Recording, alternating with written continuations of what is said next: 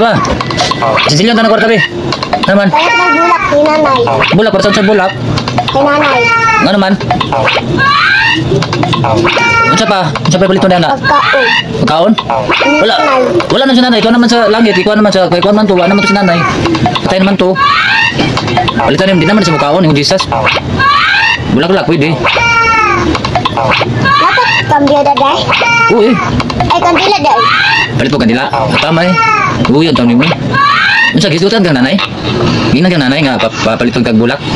Ay punta mga to tayo po ni. Dali raman ang puhon.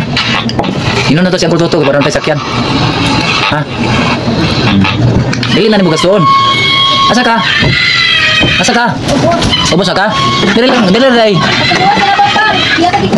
Naunsa na pud si Dimple nga.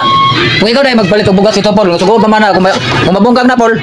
Ha, kung mabungkag na. Si Kuya gani magpalit. Tanan ni. Manugo meron kita kay kapoy. Kuya gani